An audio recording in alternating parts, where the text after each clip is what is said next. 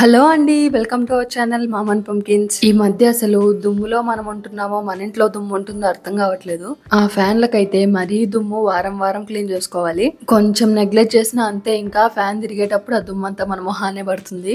ఇక్కడ మేము కూడా ఇంకా చాలా రోజులైంది క్లీన్ చేసని చెప్పి క్లీన్ చేస్తున్నాము. చూడండి ఎంత వచ్చిందో. ఫ్యాన్లు కొనుక్కునేటప్పుడు షాప్ లో యాంటీ డస్ట్ ఫ్యాన్స్ కొనుక్కోండి బాగుంటాయి అని అన్నారు. ఇక మేము కూడా ఆ నేమ్ వల్ల టెంప్ట్ అయ్యాము, యాంటీ డస్ట్ దుమ్ము పడతేమో అని. తర్వాత మాకు అర్థమైంది యాంటీ డస్ట్ ఫ్యాన్స్ అంటే దుమ్ము తుడవడానికి ఈజీగా ఉంటుంది. అంటే ఇక్కడ రెక్కలు ఉన్నాయి కదా, ఇవి సాఫ్ట్ గా షైనీగా ఉంటాయి. ఇలా ఒక్క వైప్ చేస్తే ఈజీగా వచ్చేస్తుంది. నార్మల్ ఫ్యాన్స్ లో ఏంటంటే ఆ సర్ఫేస్ అంతా రఫ్ గా ఉంటుంది, ఎంత తుడిచినా పోదు నీట్ గా. నేనైతే డిఫరెన్స్ అదే అనుకుంటున్నాను. నెక్స్ట్ ఇంకా ఇల్లంతా డీప్ క్లీన్ పెట్టుకున్నామండి ఆ రోజే. ఫ్రిడ్జ్ వెనకాల కూడా ఎప్పుడు క్లీన్ చేయం కదా, ఫ్రిడ్జ్ జరిపి క్లీన్ చేస్తున్నాము. ఇలాగా చాలా దుమ్ము ఉండిపోయింది. కనెక్షన్ తీసేసి మోటార్ దగ్గర కూడా నీట్ గా ఇలా క్లీన్ చేసుకుంటున్నాము. ఆ వైర్లు అవన్నీ మరీ ఎక్కువ కదిలించకుండా పైన క్లీన్ చేసుకోవాలి. ఇది చాలా స్పెషల్ వీడియో అండి. నాకు తనే క్లీన్ చేస్తున్నారు. నాకు సైనస్ ఉంది, సో దానివల్ల డస్ట్ ఎలర్జీ, దుమ్ము పడితే ఇలాంటి మంచి అవకాశం మళ్ళీ దొరకదని ఇల్లు మొత్తం క్లీన్ చేయించుకుంటున్నాను. మేము ఈ ఇంట్లోకి షిఫ్ట్ అయ్యి 1 year అయిందండి. ఈ 1 year వరకు మేము ఎప్పుడూ ఇలా క్లీన్ చేయలేదు. అంటే సీలింగ్ ఇలా మొత్తం తీసేసి బోర్డ్స్ అన్ని తీసేసి క్లీన్ చేయలేదు. లోపలంతా బూజు పట్టేసింది, చూస్తున్నారు కదా. సీలింగ్ పెట్టేటప్పుడు వాళ్ళు వచ్చి బోర్డులు పెట్టడమే తప్ప తర్వాత ఎప్పుడు మేము క్లీన్ చేయలేదు. ఇంకా రోజు ఇలా దారాలుగా బూజు కనిపిస్తూ ఉంటే బాగాలేదని చెప్పి మొదలు పెట్టాము క్లీనింగ్ అంతా. ఇవి చాలా వెయిట్ ఉన్నాయండి, ఏమో అనుకున్నాను కానీ తీస్తుంటే చాలా కష్టమైంది. ఇంకొకరు హెల్ప్ లేకుండా క్లీన్ చేయలేము. నాకు అసలు ఈ క్లిప్స్ వీడియో తీయడానికి చాలా కష్టమైంది, తుమ్ముతూనే ఉన్నాను. ఈ సీలింగ్ పెట్టాక పుట్టి పెడతారు కదండి, అప్పుడు అంత క్లీన్ చేయలేదనుకుంటా, చాలా దుమ్ము వచ్చింది. ఆ పుట్టి పౌడర్ అదంతా వచ్చింది. చీపిడితో క్లీన్ చేస్తుంటే ఎక్కువేం లేదు, బూజు ఒకటే ఉంది అనుకున్నాము. కానీ తర్వాత దీంతో క్లీన్ చేస్తుంటే చూడండి ఎంత దుమ్ము వస్తుందో. ఆ పెట్టే వాళ్ళకే మోసం చెప్పండి, ఇలా నీట్ గా క్లీన్ చేసి పెట్టాలి అని ఏదో తెచ్చి పెట్టేస్తారు అంతే. నార్మల్ డస్ట్ అయితే బ్లాక్ గానో బ్రౌన్ గానో ఉండాలి, కానీ చూస్తున్నారు కదా వైట్ డస్ట్ అనేది అంతా పుట్టి పౌడరే. అంటే పుట్టి పెట్టాక పేపర్ కొడతారు కదా, ఆ పౌడర్ అనమాట ఇదంతా. అసలు ఎంత దుమ్ము, అసలు దాని వల్ల కింద కూడా పడుతుంది, మళ్ళీ అదంతా క్లీన్ చేసుకోవాలి. ఇంత దుమ్ము అయితే మేము ఎక్స్పెక్ట్ చేయలేదండి.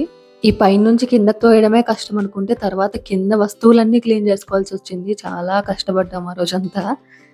నేను ఈ దుమ్ము గురించి ఆలోచించడం కంటే ఆ లోపల బల్లులు ఉంటాయండి, అంటే సిఎన్సి బోర్డ్స్ కి గ్యాప్స్ ఉన్నాయి కదా, అందులో నుంచి వెళ్తాయి అనుకుంటా. అసలు టక అని అరుస్తూనే ఉంటాయి. బల్లులు కూడా ఇంత గట్టిగా ఉంటుందా అనిపించింది నాకు, అనిపించేది రోజు.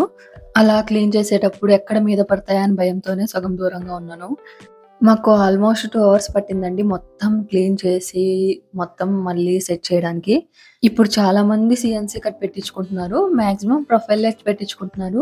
సిఎన్సి కట్ కూడా కొంతమంది పెట్టించుకుంటున్నారు బాగుంటుందని. అలాంటి వాళ్ళకి యూజ్ అవుతుందని ఈ వీడియో చేస్తున్నాను. ముందు సెట్ చేయించుకునేటప్పుడే నీట్ గా క్లీన్ చేయించుకొని ఉంటే బాగుండేదండి. తర్వాత ఇంత దుమ్ము పడదు నాకు తెలిసి. ఇక్కడ చూడండి ఎంత దుమ్ము వస్తుందో, పౌడర్ వస్తుంది. ఇంకప్పటికీ మేము ఎలాగో ఫిక్స్ అయ్యాము ఇల్లు మొత్తం క్లీన్ చేసుకోవాలని, అందుకని అలాగే చేస్తున్నాము. లేకపోతే వ్యాక్యూమ్ క్లీనర్ తో క్లీన్ చేసుకుంటే ఇలా ఈజీగా అయిపోయేది. ఇంకా స్టార్ట్ చేసి కాపడం ఎందుకులే అని ఇలాగే క్లీన్ చేస్తున్నాము.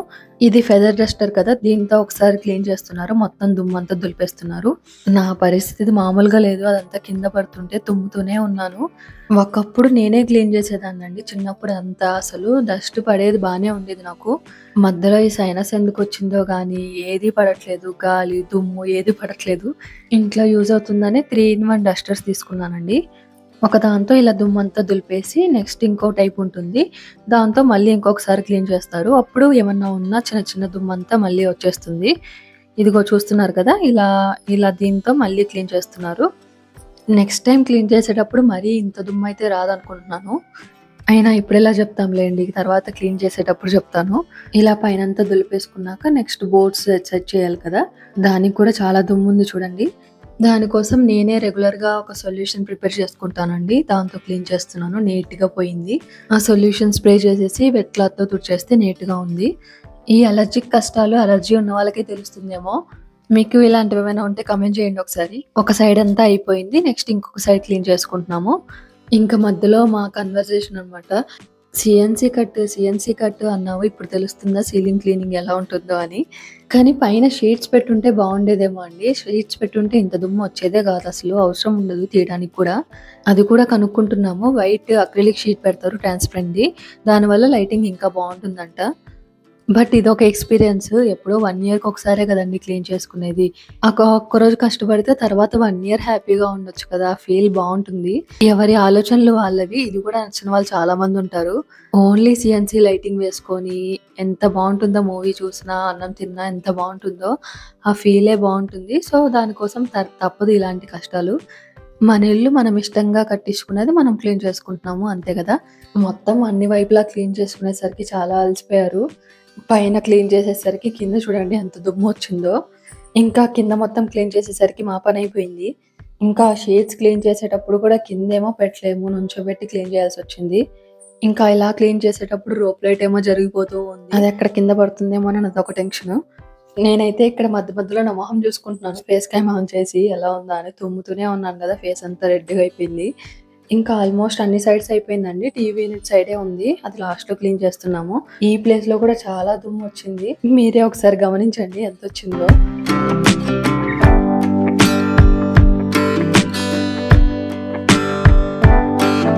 మీరు దీన్ని చూసైనా సీఎన్సీ చేయించుకునే వాళ్ళు ఒకసారి క్లీన్ చేసి మరీ పెట్టించుకోండి.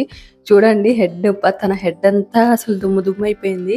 పిల్లలొచ్చి ఏడిపిస్తున్నారు క్రిస్మస్ తాత అని. గ్రే హెయిర్ అయిపోయింది. ఇప్పుడు చాలా మంది సీఎన్సీ సీలింగ్ కూడా ఇష్టపడుతున్నారు. అక్కడక్కడ పెట్టించుకుంటున్నారు. వాళ్ళకి హెల్ప్ అవుతుందని వీడియో చేశాను.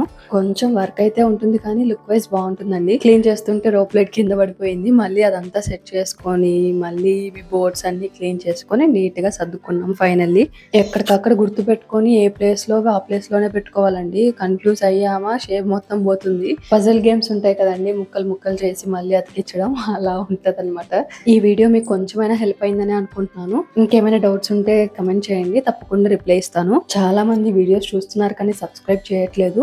మీరు నచ్చి చూస్తున్నారు కాబట్టి ఆటోమేటిక్గా యూట్యూబ్ సజెస్ట్ చేస్తుందండి. మీరు సబ్స్క్రైబ్ చేసుకున్నాము అనుకుంటున్నారేమో, సబ్స్క్రైబ్ చేసుకోలేదు ఒకసారి చెక్ చేయండి. ఇలాంటి మరిన్ని ఎన్నో వీడియోస్ రాబోతున్నాయి కాబట్టి ప్లీజ్ సబ్స్క్రైబ్ చేయండి. మోటివేషన్గా ఉంటుంది నాకు కూడా. అండ్ వీడియో లైక్ చేయడం కూడా అస్సలు మర్చిపోకండి. అండ్ ఫ్రెండ్స్ అండ్ ఫ్యామిలీకి కూడా షేర్ చేయండి. Thank you so much for watching అండి. Bye bye.